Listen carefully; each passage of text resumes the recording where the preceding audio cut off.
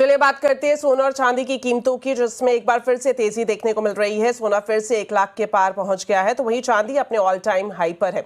वहीं रिटर्न के मामले में सिल्वर ने गोल्ड को भी पछाड़ दिया है। सोने चांदी के दाम अब आगे और कितने बढ़ेंगे और किस निवेश में आपको बेहतर मौके मिलेंगे, बता रही हैं मनीषा गुप्ता।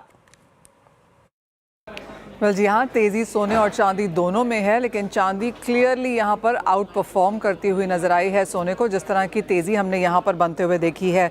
अंतर्राष्ट्रीय बाज़ारों की बात करें तो चांदी 14 साल के हाइज पर है, लेकिन भारतीय बाज़ारों में 1,16,000 रुपये प्रति किलो के भाव हमने चांदी को यहाँ पर निकालते हुए देखे हैं। वेल एक्चुअली अगर पिछले एक महीने की बात की जाए तो चांदी ने आपको 9% के रिटर्न दिए हैं, जबकि सोने ने 3% के। इस साल की अब तक की बात की जाए तो सोना करीबन 31% ऊपर है, लेकिन चांदी 36% के रिटर्न्स आपको यहाँ पर दे चुकी है। तो क्लियरली जो पिछले डेढ़ महीने में हमने तेज़ी आते हुए चांदी में देखी है, उसने ना केवल सोने को टेक ओवर किया है बल्कि आउट परफॉर्म भी किया है।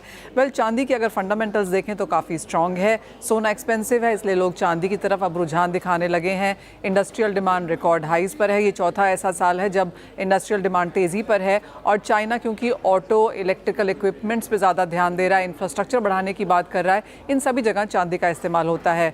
2025 पांचवा ऐसा साल है जब चांदी में डेफिसिट है। अगर हम प्रोडक्शन की बात करें तो ये 1.05 बिलियन आउंसेस है, लेकिन डिमांड 1.20 बिलियन आउंसेस है। तो क्लियरली एक डेफिसिट हमने यहाँ पर बनता हुआ देखा भी है।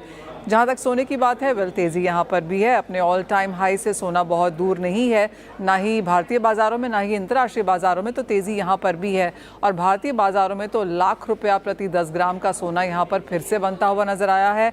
और अगर ग्लोबल बैंक्स एंड ब्रोकरेजेस की माने तो उनको लगता है कि यहाँ से और तेज़ी सोना और चांदी दोनों ही आपको दिवाली तक दिखाते हुए नजर आएंगे।